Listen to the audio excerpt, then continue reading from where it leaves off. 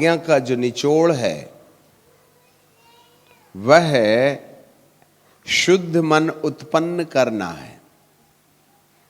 और शुद्ध मन की उत्पत्ति बाइबल का उद्देश्य है। यीशु को ग्रहण करने से हम अपने आत्मा को लहू से धो करके शुद्ध साफ कर लेते हैं, परंतु मन को धोने की जो लंबी प्रक्रिया है उस घटना में हमारे लिए सबसे आवश्यक बात है आज्ञा। The commandments the makes the discipline the humans life. इसलिए जो नीति का वचन है सुलेमान ने लिखा वह कहीं ना कहीं मनुष्य के मन को अनुशासित करता है, और वही बातें प्रभु यीशु मसीह ने डेवलप की। और यहाँ पर बाइबल का वचन हमें बताता है आज्ञा का सारांश यह है कि शुद्ध मन, अच्छे विवेक। इसका मतलब है मन की शुद्धता और अच्छा विवेक, ये आज्ञा का सारांश है। एंड देन फिर बाइबल कहती है कि कपट रहित विश्वास से प्रेम उत्पन्न होता है। कपट रहित विश्वास से, तो विश्वास में भी कपट हो सकता है क्या? हाँ, ये बड़ी अजीब और गरीब बात है। हाँ, विश्वास तो सब करते हैं। कई बार हम सोचते हैं कि हम तो विश्वास करते हैं यीशु मारा गया, गाड़ा गया, जी उठा, परंतु विश्वास का आधार क्या है? विश्वास आता है सुनने से, और सुनना मसीह के वचन से। The faith comes by hearing and hearing by the word of God. और जितने वचन को आपने सुना है, जितने वचन को आपने याद किया है, और जितने वचन को आपने अपने लिए स्वीकार किया है, केवल उसी वचन पर विश्वास जागृत होगा। जिस वचन को आपने रिजेक्ट कर दिया है वह वचन आपके लिए विश्वास पैदा करने का आधार नहीं बन सकता है। इसलिए विश्वास को केवल एक तरफा न समझें यह कह कर के कि हम तो यीशु मसीह को ग्रहण कर चुके हैं, जी हम तो विश्वास करते हैं। जी नहीं, वो तो यीशु को ग्रहण करना, वो तो उद्धार के वचन को स्वीकार करना है, और उद्धार के लिए विश्वास आपने किया है, मन के अनुशासन के लिए तो नहीं किया। भाई पाप क्षमा के लिए आपने मारा गया, गाड़ा गया, जी उठा पर विश्वास किया है।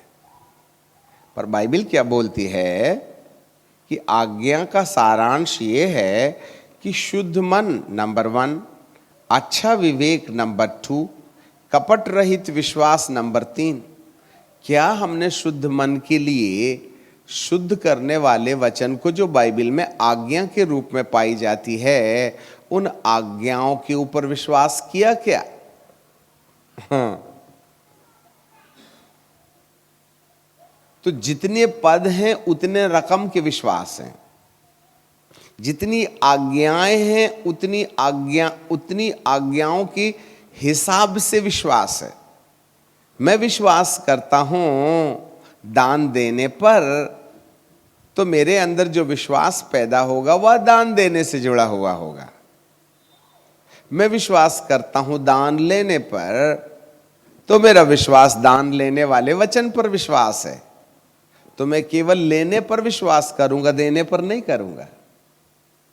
इसलिए बाइबल के जितने वचन हमारे जीवन में मन को अनुशासित करते हैं, उनमें से जितने वचनों को आप अपने लिए स्वीकार कर लेते हैं, केवल उन्हीं वचनों पर आपका विश्वास जागेगा। बाकी दूसरी बातों पर जिसको आपने अपने लिए नहीं लिया, वो उन बातों पर हमारे लिए विश्वास नहीं जागेगा। अच्छे से याद रखना।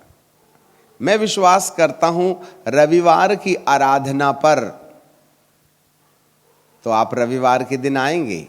मैं विश्वास नहीं करता शुक्रवार की प्रार्थना पर, तो आप शुक्रवार को नहीं आएंगे। क्योंकि विश्वास जो है पतरस को पानी पर चलाता है। आपकी आस्था रविवार पर है, इसलिए आप रविवार के दिन आते हैं। और किसी दूसरे दिन बुलाएं तो हमारे पास फुर्सत नहीं, हम नहीं जाते।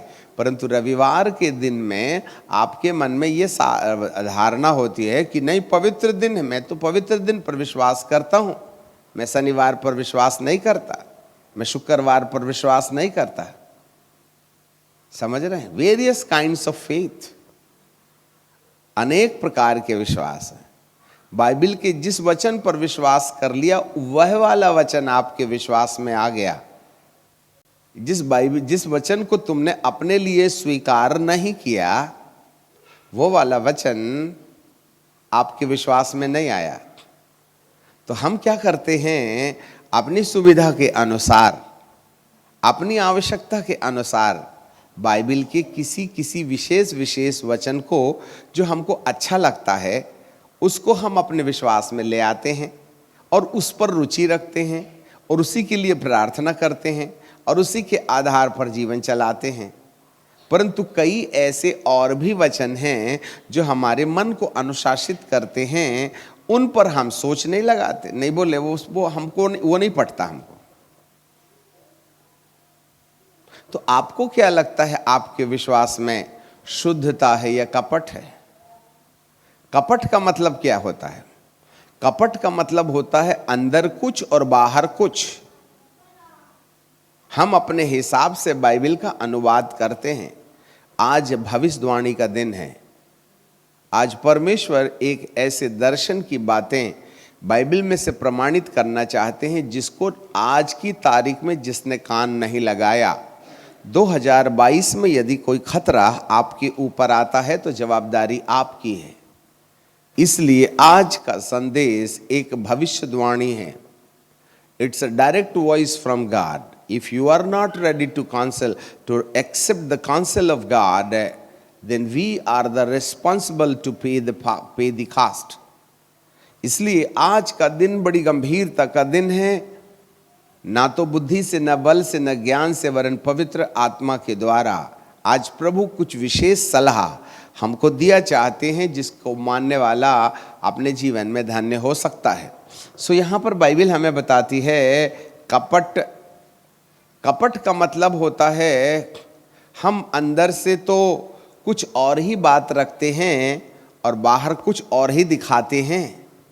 ओ brother I love you, brother brother I love you, हम बहुत अच्छा बोलते हैं, परंतु बाद में क्या कहते हैं, अरे डामर आदमी चिपक जाता तो निकलता नहीं पेट्रोल से।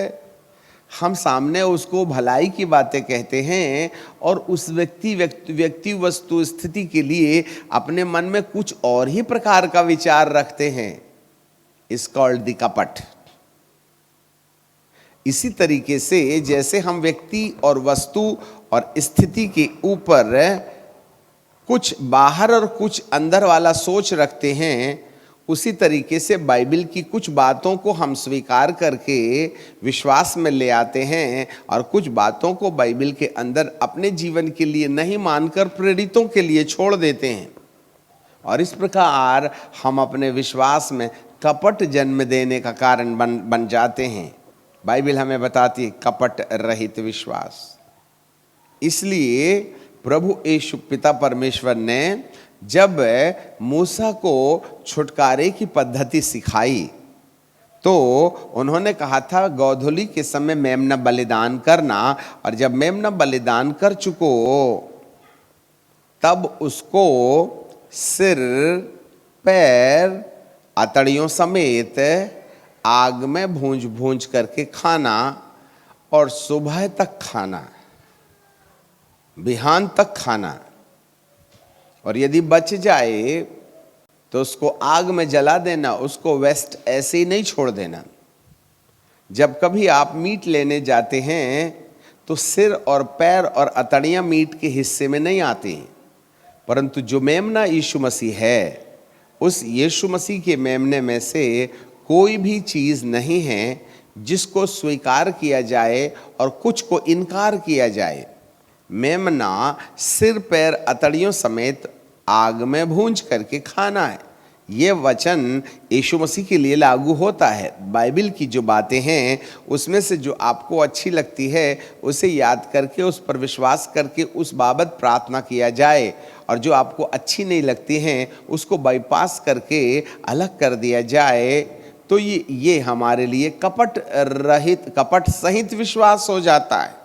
हम कुछ बातों को मानते हैं और कुछ बातों को नहीं मानते हैं, जबकि मेमने का सिर पैर अतड़ियों समेत है, उसे हमें खाना है, उसमें से कोई भी वर्जित ना हो। अच्छे से याद रखिएगा।